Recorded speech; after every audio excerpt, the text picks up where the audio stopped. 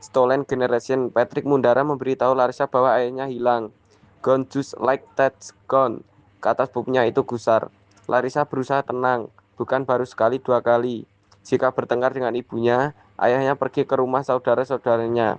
Tak bilang-bilang, Larissa telah melihat ayahnya berubah akhir-akhir ini. Dia menjadi pendiam dan sering melamun.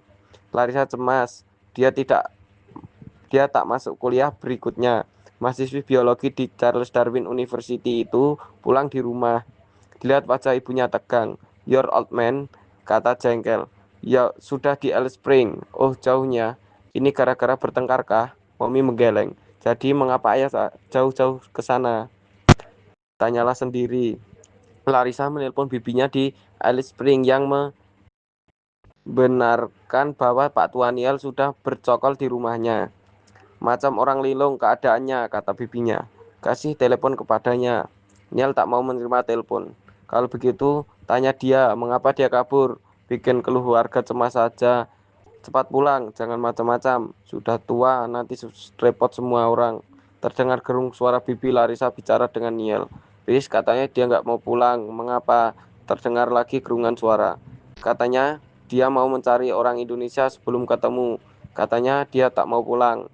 Sekarang Larissa yang linglung, ibunya berdiri tegak di sampingnya, menguping semua pembicaraan tadi. Larissa menutup teleponnya. Mom, ada apa soal dengan Indonesia ini? Ibu Larissa berkisah soal pesan yang dibawa seekor penyu dan ditemukan Niel. Mulut Larissa terengang. Mommy menyimpan kisah itu dari anak-anaknya karena malu akan sikap konyol Niel yang menganggap serius penyu itu. Itu perbuatan orang-orang iseng saja. Barangkali yang membuat pesan itu sedang terkekeh-kekeh di Indonesia sana. Atau boleh jadi dari mana saja. Namun ayahnya menganggap dari miliaran manusia di bumi ini dirinya telah terpilih untuk menerima pesan itu. Dia merasa diberi tugas dari langit untuk mencari orang-orang Indonesia itu.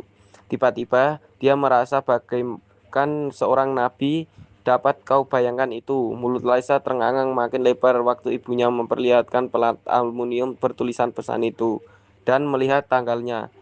Kata ibu, Niel telah membawa plat itu ke sana kemari dan bertanya kepada orang-orang apakah mereka mengenal orang Indonesia bernama Zoro dan Marlena. Dia bertanya ke kantor pos, ke polisi, keluarga Indonesia, bahkan ke kantor imigrasi.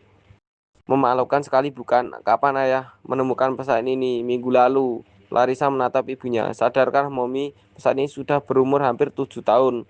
Hari itu pula Larissa berangkat ke Alice Spring untuk menjemput ayahnya. Tentu saja kisah Neil seekor penyu dan upaya konyolnya mencari orang-orang Indonesia itu langsung menjadi komedi yang menyegarkan di komunitas aborigin Hexon Cove. Jadilah dia bulanan-bulanan.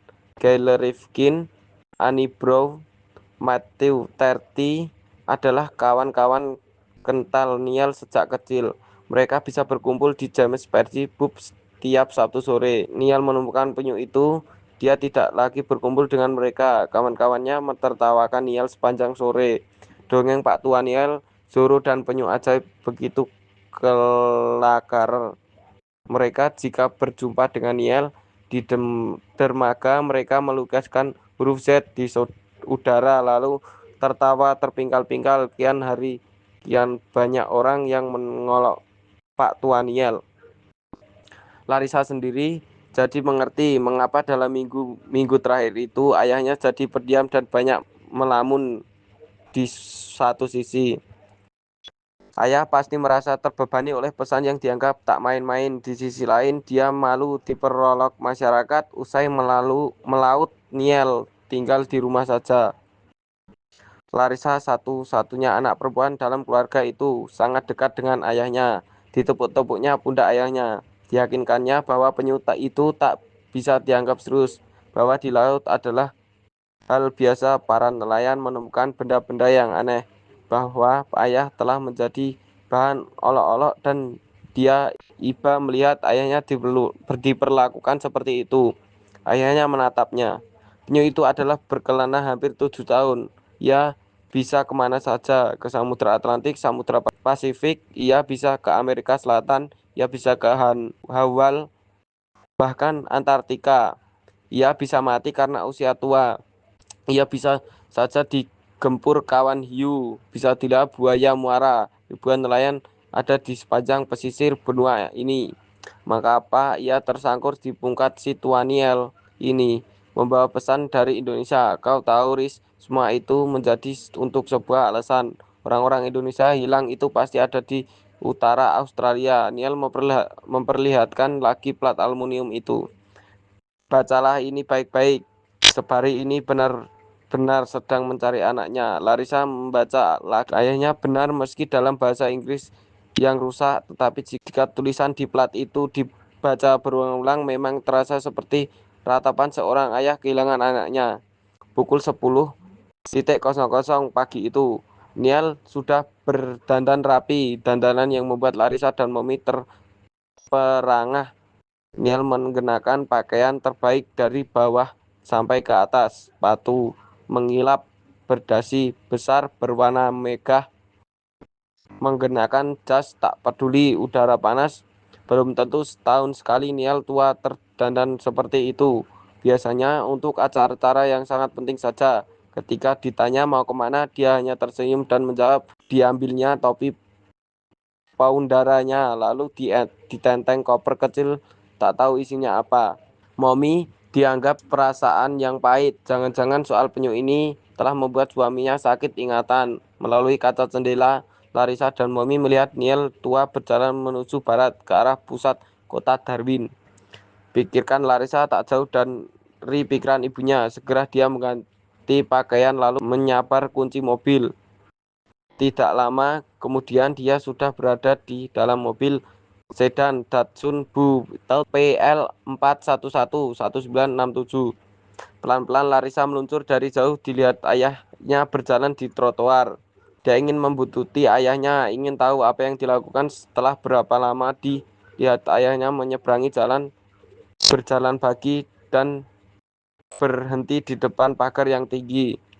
Tampak ayahnya berbicara dengan seorang lalu masuk ke pekarangan sebuah gedung. Larissa melaju dan melewati bangunan itu dan terkejut mengetahui gedung itu adalah gedung perwakilan Indonesia. Ayahnya pasti bertanya tentang orang-orang Indonesia hilang itu. Larissa menunggu ayahnya di seberang jalan di muka gedung itu. Tak lama kemudian ayahnya keluar dari berjalan melalui jalan dia datang tadi.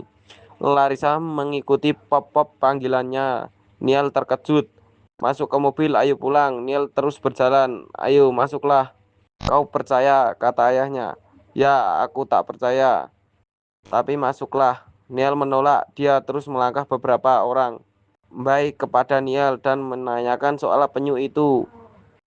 Larissa tahu mereka meledak ayahnya. Ayo Pop, masuk ke mobil, kita pulang. Niel terus berjalan sampai di rumah Mommy yang menganggap Niel sudah keterlaluan.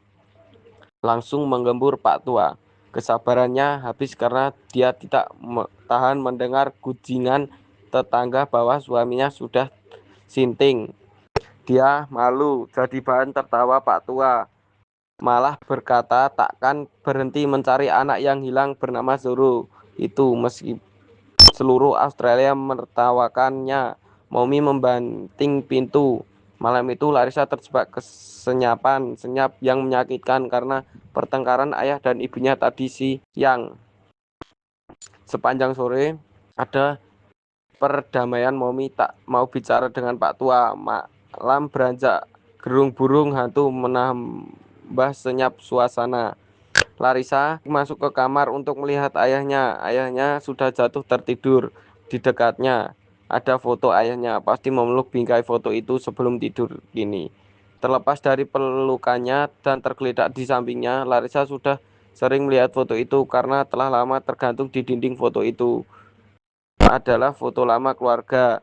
Hitam putih di dalam foto itu adalah ayahnya, ibu ayahnya, kakak sulung ayahnya, dan ayahnya sendiri. Walau foto itu diambil Niel baru berusia 5 tahun dan abangnya Jeremy Wiruningga berusia 8 tahun. Larissa mengamati foto itu, tiba-tiba suatu seakan menyabarkan.